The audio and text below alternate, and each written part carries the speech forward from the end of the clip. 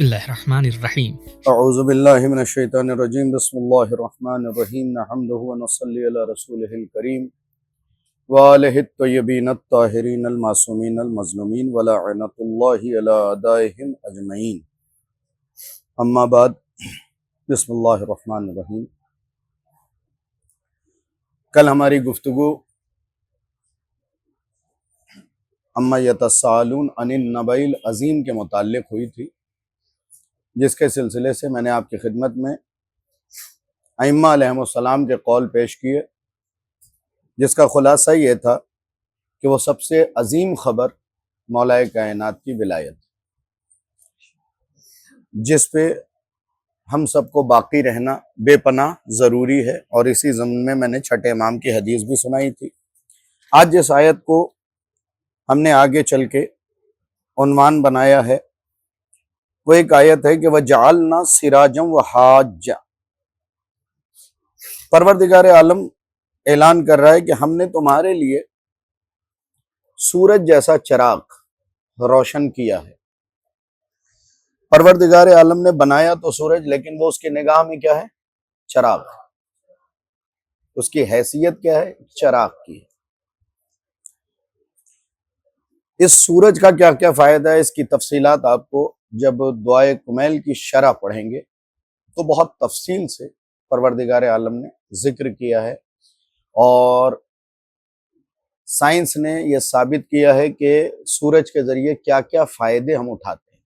لیکن in short اور خلاصہ، ایک رائٹر ہے جس کا نام ہے اینٹی ڈوائٹ، وہ ایک کتاب لکھتا ہے دنیائے سیارگان، صرف ایک سورج کا کیا فائدہ ہے وہ بتانے کے لیے کہ آپ یہ سوچیں کہ اگر پروردگار نے یہ چراغ روشن نہ کیا ہو تو دن میں بھی اندھیرا ہوتا، پھر ہمیں ضرورت ہوتی روشنی کی، اجالے کی ضرورت ہوتی، لائٹس کی ضرورت ہوتی، بجلی کی ضرورت ہوتی، بلب کی ضرورت ہوتی، نت نئی ضرورتیں ہوتی، لیکن اس سورج نے ہمیں کم سے کم 12-13 گھنٹے کے لیے، کبھی 8 گھنٹے کے لیے ان چیزوں سے بے نیاز بنا دیا۔ وہ کہتا ہے کہ اگر فرض کریں اس نور و حرارت کے لیے جو ہم سورج سے مفت لیتے ہیں، یہ جو سورج ہے اس کا پروردگار عالم کوئی آپ سے کرایہ تو نہیں لے رہا ہے، ہاں؟ اگر 7-8 گھنٹے فین، اے سی، کولر اسے ہم چلاتے ہیں تو بڑے احتیاط کے ساتھ یہاں کا سوئچ بند کرو، وہاں کوئی نہیں ہے اسے آف کر دو، دیکھو بجلی برباد مت کرو۔ لیکن کبھی ہم نے یہ نہیں سوچا کہ پروردگار تو نے سورج جیسی نعمت، سورج جیسا چراغ جو ہمارے لیے روشن کیا، اس پہ ہم شکریہ ادا کریں، جبکہ ہمیں کرنا چاہیے تھا۔ 5000 بل آ جاتا ہے تو واویلا، گھر والوں کے لیے ایک آفت، اور سب کو اسٹرکٹلی کہہ دیا جاتا ہے کوئی چیز بلا وجہ نہ چلے، مگر اس نے جو حساب لگایا ہے جس سے صرف انسان فائدہ اٹھاتے ہیں، زمین کے فائدے کا اس نے ذکر نہیں کیا، فضاؤں خلاؤں کے فائدے کا ذکر نہیں کیا، چرند پرند کے فائدے کا ذکر نہیں کیا، نباتات جمادات کے فائدے کا ذکر نہیں کیا، صرف انسان جو فائدہ اٹھا رہا ہے اس کا اس نے ذکر کیا کہ اگر فرض کریں اس نور حرارت کے لیے جو ہم سورج سے مفت لیتے ہیں، بجلی کی عام قیمت کے مطابق رقم خرچ کریں تو روئے زمین کے لوگوں کو چاہیے کہ وہ ہر گھنٹے کے لیے 1 ارب اور 7 ملین ڈالر کا بل ادا کریں۔ کتنی دیر کے لیے؟ 1 گھنٹے کے لیے۔ ہم فائدہ کتنا اٹھاتے ہیں؟ 8 سے 12-13 گھنٹے فائدہ اٹھاتے ہیں۔ جب میں نے اسے انڈین روپیز میں کنورٹ کیا تو تقریباً 88 ارب 61 کروڑ 60 لاکھ روپے 1 گھنٹے میں ہمیں ادا کرنا چاہیے، ہمیں دینا چاہیے۔ کتنا؟ 88 ارب 61 کروڑ 60 لاکھ روپے فی آور۔ ہم دنیا والے بجلی یعنی سورج سے جو روشنی لے رہے ہیں اس کی قیمت تقریباً بنتی ہے، جس کا خدا نے کوئی چارج نہیں رکھا ہے۔ پھر ہمیں شکریہ ادا کرنا چاہیے، جیسے مولا کائنات کہتے ہیں کہ اگر تم شکر ادا کرنے پہ آ جاؤ تو سر سجدے سے اٹھے ہی نہیں۔ کیوں؟ کیونکہ آپ جو یہ سانس لے رہے ہیں، کیا آپ کوئی قیمت ادا کر رہے ہیں؟ بھکتی ویدانتا کو دے رہے ہوں، اور کھاٹ کو دے رہے ہو، نہیں ادا کر رہے ہیں نا، لیکن اس سانس کی قیمت آپ کو کب پتہ چلی تھی؟ لاک ڈاؤن میں، جب سلنڈر خریدنا پڑ رہا تھا، تب ان سانسوں کی قیمت کا اندازہ آپ کو ہوا کہ یہ سانس بھی، یہ آکسیجن بھی فری میں نہیں ہے، اور جتنا چاہا اتنا وصولی کیا ڈاکٹرز نے، ہاسپٹلز نے، سنستھاؤں نے، لیکن خدا ہمیں کیا کر رہا ہے؟ فری دے رہا ہے، اس کی کوئی قیمت نہیں لے رہا ہے۔ تو اب بتائیے کہ ہمیں کتنا شکر ادا کرنا چاہیے۔ ایک دل کی دھڑکن تھوڑی سی بگڑ جائے تو ڈاکٹرز لیتے ہیں 5 لاکھ روپے، 8 لاکھ روپے، 12 لاکھ روپے، اور صبح سے شام تک یہ دل اپنے طرز پہ دھڑک رہا ہے، اور خدا ایک بار بھی آپ سے پیسے کا مطالبہ نہیں کر رہا۔ ہم یہ سوچتے ہیں کہ ہم نے 17 رکعت پڑھ لیا بس انف ہے۔ اگر وہ حساب لینے پہ آ جائے تو پوری کائنات مل کے سنگل پرسن کا حساب نہیں دے سکتے،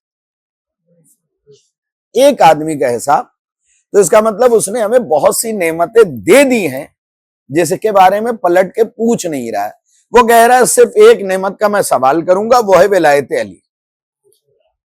ساری چوکیوں سے آپ گزر جائیں گے میدان محشر میں، اور آپ رواں دواں ہوں گے، پیچھے سے آواز آئے گی وقفوہم انہم مسئولون بولایت علی ابن ابی طالب، یہ جتنے جا رہے ہیں انہیں روکو، ابھی ان سے علی کی ولایت کا سوال ہونا باقی۔ یا قرآن مجید میں جو پروردگار عالم نے کہا ہے کہ ہم نعمتوں کا حساب لیں گے، تو وہاں بھی نعمت سے مراد یہ آپ کی روٹی بوٹی چاول سالن دال نہیں ہے، بلکہ آپ کے مولا سے جب پوچھا گیا کہ مولا کیا واقعاً پروردگار عالم نعمتوں کا حساب لے گا، تو آپ نے فرمایا کہ کیا تم اپنے گھر آئے ہوئے مہمان کے کھانے کا حساب لیتے ہو؟ کوئی تو ہو جری آدمی جو دروازے پہ کھڑا ہو جائے، ہاں بھائی کتنی روٹی کھائی، کتنی بوٹی، کتنی مرتبہ سالن میں ڈبویا، کیا نمک استعمال کیا، کوئی حساب نہیں لیتے۔ آپ کہیں گے مولانا ہماری غیرت اس بات کو گوارا نہیں کرتی کہ ہم ان چیزوں کا حساب لیں۔ تو جو خدا غیرتوں کا خالق ہے وہ بھی آپ سے ان چیزوں کا حساب نہیں لے گا، وہ نعمت عظمیٰ کا حساب لے گا کہ تم نے ولایت علی علیہ السلام کی کتنی تبلیغ کی، اور اسی کی تبلیغ کا حکم قرآن مجید میں ہے، دوسرے کسی چیز کی تبلیغ کا حکم نہیں ہے۔ بقیہ جتنے اعمال ہیں اس کے لیے اللہ نے کہا اقیمو، قائم کر دو، ادا کر دو۔ صرف یہ ہے جس کے لیے کہا یا ایھا الرسول بلغ، اے رسول تبلیغ کیجئے، ولایت علی کی، غدیر کی تبلیغ کیجئے، اور آخر میں اللہ نے کیا کہا ان اللہ لا یہدی القوم الکافرین، ہم کافروں کی ہدایت نہیں کرتے۔ ہم یہ سمجھتے ہیں کہ کافر سے مراد ہندو ہے، نہیں، بلکہ کفر کے معنی ہے چھپانے کے۔ ہر جگہ لفظ کے معنی الگ ہوتے ہیں، ہمیں جو ہے جملوں سے سمجھنا ہے کہ یہاں پہ لفظ کے کیا معنی ہے۔ کفر کے معنی ہوتے ہیں چھپانے کے۔ آپ نے دیکھا ہوگا 1000 کافر ہیں جنہیں خدا نے ہدایت دی ہے، تو خدا غلط بات تو کرے گا نہیں، تو پھر یہاں پہ کون سے کافر مراد ہیں؟ یہاں پہ آیت کا ترجمہ ہوگا ان اللہ لا یہدی القوم الکافرین، جو بھی غدیر چھپائے گا بے شک میں خدا اس کی ہدایت نہیں کروں گا۔ اس کے بعد آیت میں جب سورج کا تذکرہ کر دیا تو پھر پروردگار عالم نے جن چیزوں کا تذکرہ کیا اس میں ایک اہم چیز ہے یوم ینفخ فی الصور فتاتون افواجا، اس دن جب سور پھونکا جائے گا اور تم لوگ فوج در فوج نکل کے آؤ، یعنی جو مر گئے انہیں بھی لوٹنا ہے۔ وہ کوئی ایسا سور ہے جس میں پروردگار عالم نے اتنی قوت رکھی ہے کہ ایک آواز پہ سب کے سب اٹھ جائیں گے۔ اب سور کیا ہے؟ شے ہے۔ سور کیا ہے؟ امر ہے۔ تو آپ سوچئے کہ جب شے میں خدا نے اتنی طاقت رکھی ہے تو جس کے صدقے میں یہ شے خلق کی اس میں قوت کتنی ہوگی۔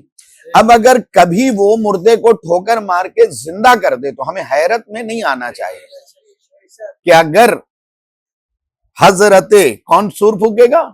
حضرت اسرافیل، اسرائیل نہیں، اسرائیل تو موت دیں گے، ہاں حضرت اسرافیل سور پھونکیں گے۔ یہ کون ہے؟ فرشتے ہیں۔ فرشتے کس کے صدقے میں خلق ہوئے؟ آل محمد کے صدقے، ٹھیک ہے۔ تو جب ان کے صدقے میں خلق ہونے والی چیز میں اتنی قوت پائی جاتی ہے بحکم الہی، تو ان میں خود کتنی قوت پائی جاتی ہوگی۔ اب جو لوگ اس سور پہ نکلیں گے وہ کیسے کیسے ہوں گے، یہ بات ذرا سا ہر آدمی بغور سنیں۔ اشر امام صاحب سے بھی کہیے وہ آگے تشریف لے آئیے، آئیے آگے آئیے۔ کون کون سے ہوں گے اسے بغور سنیے بھی، اپنے گھر تک بھی پہنچائیے گا، اس لیے کہ جہاں فضیلت اہل بیت کی ہے وہیں نصیحت بھی اہل بیت کی طرف سے ہی ہے، تو ہمیں ان کی نصیحتوں پہ بھی خوش ہونا چاہیے اور اس پہ عمل کرنے کی کوشش کرنی چاہیے۔ اس سورے کے ضمن میں رسول کا ایک صحابی ہے معاذ، وہ پوچھتے ہیں کہ یا رسول اللہ، یہ جو لوگ آئیں گے فوج در فوج، مطلب آئے پھر آئے پھر آئے پھر آئے، ان کی ذرا وضاحت تو کر دیجئے۔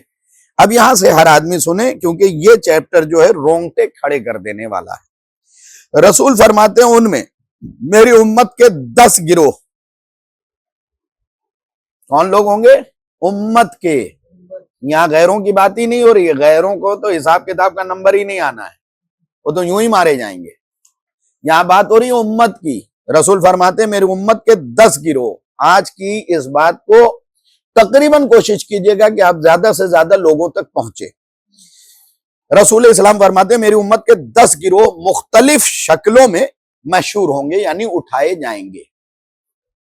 اب شکل کیا ہوگی؟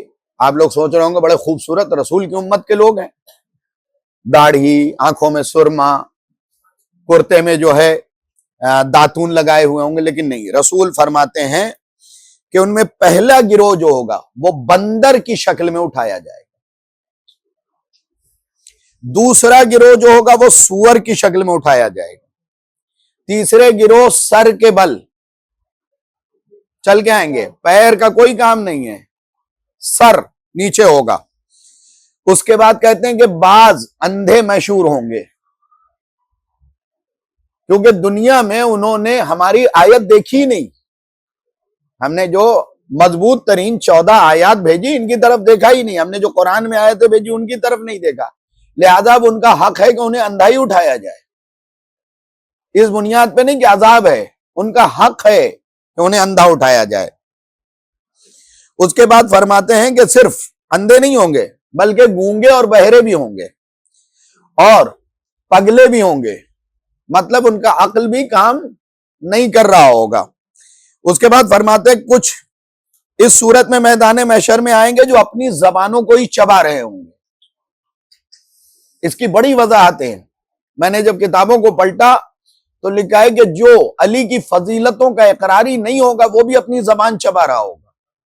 ہم یہاں فضیلت اہل بیت سن لیتے کچھ نہیں بولتے، قیامت کے دن ہمیں زبان چبانی پڑے گی اپنی، اور اس حد تک چبائیں گے کہ یوں سمجھ لیجئے کہ جیسے بچے کبھی کبھی کپڑا کاٹتے ہیں نا، ادھر سے ادھر سے ادھر سے ادھر سے ہر طرف سے کٹ جاتا ہے لیکن وہ الگ نہیں ہوتا، اس طریقے سے ہماری زبان کی حال ہوگی کہ لٹک جائے گی زبان۔ اس کے بعد رسول اسلام فرماتے کہ صرف یہی نہیں بلکہ جنہوں نے دنیا میں اہل بیت علیہ السلام کی فضیلت کا اقرار نہیں کیا اور دیگر چیزوں کے سلسلے سے اپنے آپ کو بہرا رکھا، اندھا رکھا، ان کے منہ سے بدبودار لعاب بہ رہا ہوگا۔ یہاں تو وہ بہت خوشبودار بن رہے ہیں لیکن وہاں پہ بدبودار لعاب بہ رہا ہوگا، جس کی بدبو سے اہل محشر کو اذیت ہوگی، یعنی سارے جہنم کی بدبو ایک طرف اور ان کمبختوں کی بدبو ایک طرف ہوگی۔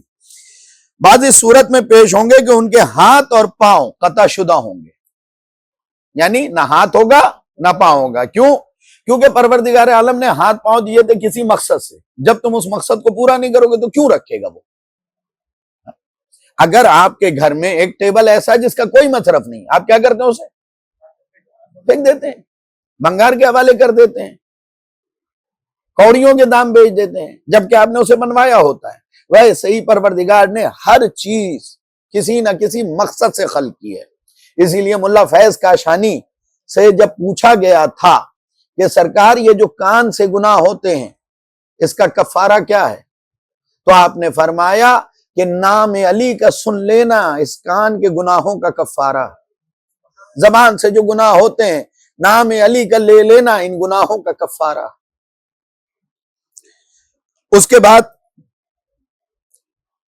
جہنم میں پھانسیوں پر لٹکے ہوئے ہوں گے، کچھ ایسے ہوں گے جن کے پیٹ سے بدبودار ریح خارج ہوگی۔ یہاں پہ اگر آپ سے غلطی ہو جائے کتنی شرمندگی ہوتی ہے، پیٹ سے اگر ریح خارج ہو جائے، بدبودار گیس خارج ہو جائے، بے عزتی ہوتی ہے۔ آپ سوچیں میدان محشر میں جہاں آدم سے لے کے قیامت تک کے لوگ کھڑے ہوں گے اور ہر انسان اس آواز کو سنے گا، آپ 100 بار اسی میدان محشر میں مریں گے اور 100 بار جیئیں گے مارے شرم۔ اس کے بعد فرماتے ہیں کہ کچھ قطران کے جبوں میں ملبوس آئیں گے اور ان کی جلد قطران کی گرمی اور حدت سے جل رہی ہوئی۔ قطران کہتے ہیں یہ جو روڈ پہ ڈامر بچھایا جاتا ہے نا، اس کو جب اسے کھولایا جاتا ہے اگر وہ گر جائے تو آپ کھال کے ساتھ ساتھ گوشت ہٹا دیتا ہے گرمی کی حالت میں، اور آپ کو اسی کا کپڑا بنا کے پہنایا جائے گا۔ اب سن لیجئے تھوڑی تھوڑی وضاحت۔ رسول فرماتے ہیں کہ جو لوگ بندروں کی شکل میں آئیں گے وہ چغل خور ہوں گے۔ کیا ہوں گے؟ چغل خور ہوں گے۔ جو سور کی شکل رکھتے ہوں گے وہ ہوں گے جنہوں نے اس دنیا میں زنا کو اپنا راستہ بنا رکھا ہوگا، جبکہ ہم کسی کو حلال طریقے سے حاصل کر سکتے ہیں، ہم نے کیا کیا؟ زنا کیا۔ پروردگار کہے گا ایسے شخص کو میں سور کی شکل میں میدان محشر میں اٹھاؤں گا۔ اب یہ بھی یاد رکھنا ضروری ہے کہ سور بھی اس بات پہ شکر ادا کرتا ہے کہ معبود تو نے مجھے سور بنایا لیکن دشمن علی نہیں بنایا۔ یعنی ایک بندر اور سور سے بھی بد ذات چیز کا نام ہے دشمن علی۔ اس کے بعد رسول فرماتے آج اتنی گفتگو ہوگی، کل علی کے چاہنے والوں کو جو نعمتیں ملیں گی اس پہ تذکرہ کیا جائے گا۔ رسول فرماتے جو منہ کے بل چل رہے ہوں گے وہ لوگ ہوں گے جن کا دھندا سود سے ہوگا، یعنی جو سود کو اپنے کاروبار کا ذریعہ بنا رہے ہوں گے۔ اس کے بعد فرماتے ہیں جو اندھے مشہور ہوں گے وہ ہوں گے جنہوں نے ظلم و جور سے کام لیا ہوگا۔ ظلم و جور میں یہ ساری چیزیں آ گئیں۔ ظلم کیا ہے اور عدل کیا ہے؟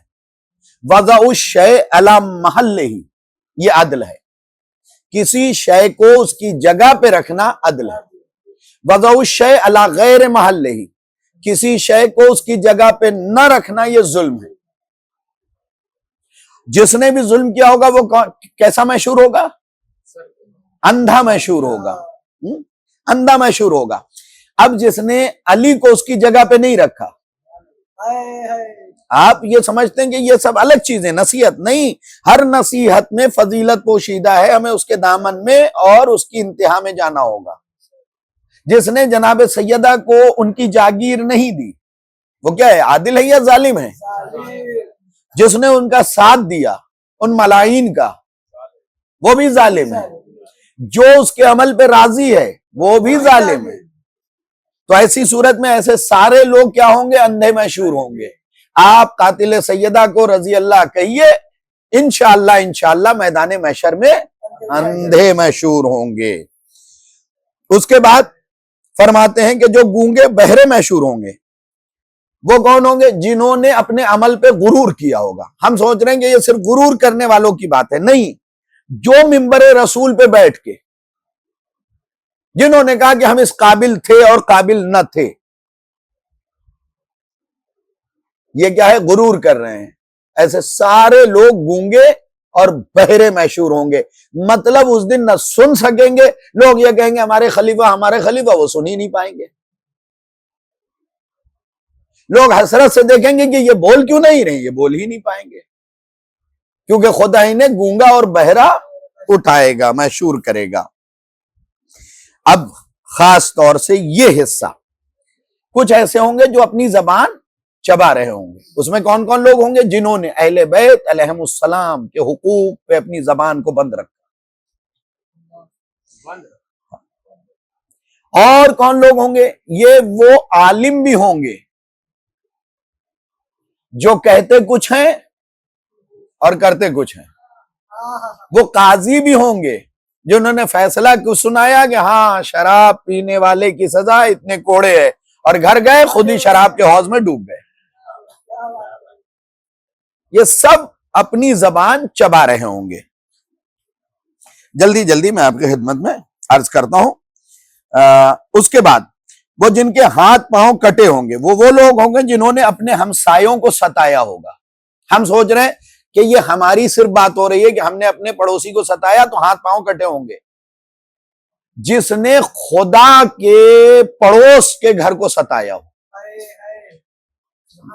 ایک طرف ہمارا گھر ہے، ایک طرف جناب سیدہ کا گھر ہے، کہاں تھا؟ اللہ کے گھر میں۔ اگر اس گھر کے رہنے والے کو کوئی ستا رہا ہے پھر اس کی سزا کیا ہوگی؟ اس کے بعد فرمایا کہ جو جہنم میں پھانسی پر لٹکے ہوں گے وہ لوگ ہوں گے جنہوں نے حکمرانوں کے پاس لوگوں کی چغلیاں کھائی ہوں گی۔ ان میں آج کے دور سے لے کے اس دور کے لوگ، یعنی جو لوگ معاویہ کے دربار میں جاتے تھے اور کہتے تھے فلاں علی کا چاہنے والا فلاں جگہ علی کی فضیلت بیان کر رہا تھا، اور اس کے گھر کو گرا دیا جاتا تھا، اس کی زبان کو گدی سے کھینچ لی جاتی تھی، اس کے بچوں کو اس کے سامنے مار دیا جاتا تھا، یہ سب چغلی میں آئیں گے اور انہیں جہنم میں پھانسی پہ لٹکا دیا جائے گا۔ نویں چیزیں جن کے پیٹ سے عفونت یعنی بدبو نکل رہی ہوگی وہ ہوں گے جنہوں نے خدا کی حرام کردہ چیزوں سے لذت حاصل کی ہوگی۔ جیسے خدا نے جن چیزوں کو حرام قرار دیا ان سے اگر ہم نے لذت حاصل کیا ہے، مثلا شراب سے لذت حاصل کیا، مثلا کسی کی جائیداد پہ قبضہ کیا، کسی کے باغ پہ قبضہ کیا، مثلا کسی کے گھر کو گرایا، کسی کو مار کے یعنی کسی علی والے کو مار کے ہم نے جا کے انعام لیا، اس کے ذریعے رزق لیا۔ دیکھیے حرام صرف کتے کا گوشت نہیں ہے، حرام کے پیسے سے گائے کا گوشت بھی حرام ہی ہے، حرام کے پیسے سے بکرے کا گوشت بھی حرام ہی ہے، بٹیر بھی حرام ہی ہے۔ اس کے بعد 10ویں چیز ہے کہ جو لوگ قطران کے جبوں میں یعنی تارکول ڈامر کے جبوں کو پہنے ہوئے ہوں وہ لوگ وہ ہوں گے جو دنیا میں فخر و غرور سے کام لیتے ہیں۔ فخر کرنا کس کا حق ہے؟ اہل بیت علیہم السلام کا حق ہے، ان کے چاہنے والوں کا حق ہے۔ علماء یہ مثال دیا کرتے ہیں کہ رزق خدا نے جو خلق کیا ہے وہ علی کے چاہنے والوں کے لیے خلق کیا، تو بقیہ لوگ کیوں کھا رہے ہیں؟ اس کی مثال علماء نے یوں دی کہ ایک کسان گنا لگاتا ہے، کس کے لیے؟ اپنے لیے، انسانوں کے لیے، لیکن اس گنے کے کھیت میں جنگلی خنزیر گھس کے اسے توڑ تاڑ کے نوچ ناچ کے باہر نکل کے یہ کہتا ہوا نکلے کہ یہ شکریہ کسان بھائی، یہ غلہ آپ نے اور یہ گنا آپ نے میرے لیے لگایا تھا، تو کسان ڈنڈا لے کے اس کے پیچھے دوڑتے ہوئے یہ کہے گا کہ ملعون میں نے لگایا انسانوں کے لیے تھا، تو زبردستی گھس آیا۔ ویسے ہی میدان محشر میں بلکہ اس سے پہلے رجعت میں بھی دشمنان اہل بیت کی غذا جو ہے کوڑے پہ پڑا ہوا فضلہ ہوگی، یعنی وہ گندگی جسے آپ پھینک دیتے ہیں یہ غذا کے طور پہ استعمال کریں گے۔ والحمدللہ رب العالمین۔ بسم اللہ الرحمن الرحیم۔ اللہم کل ولیک الحجۃ ابن الحسن صلواتک علیہ وعلی آبائہ فی ہذہ الساعۃ وفی کل ساعۃ ولی و حافظ و قائد و ناصر و دلیل و عین حتی تسکنہ ارضک طوعا وتمتعہ فیہا طویلا۔ اللہم صلی علی محمد و آل محمد۔